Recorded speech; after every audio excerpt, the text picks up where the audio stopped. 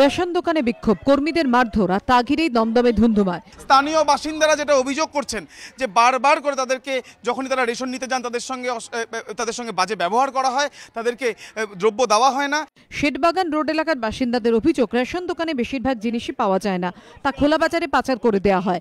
এই পরিস্থিতিতে রবিবার দুপুরে রেশন দোকান থেকে গম ভর্তি বস্তা অন্যত্র নিয়ে যাওয়ার সময় ক্ষোভে ফেটে পড়েন স্থানীয় বাসিন্দারা।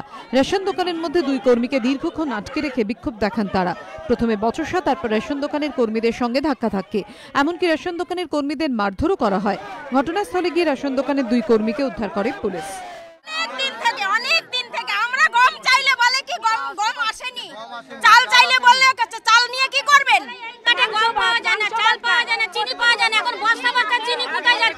যদিও যাবতীয় অভিযোগ অস্বীকার করেছেন রেশন দোকানের কর্মীরা।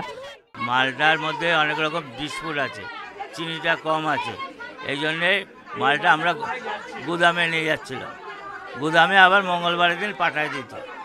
এই ঘটনা তদন্তে নেমেছে দমদম থানার পুলিশ। আবির দত্তর রিপোর্ট, এবিপি আনন্দ, কলকাতা।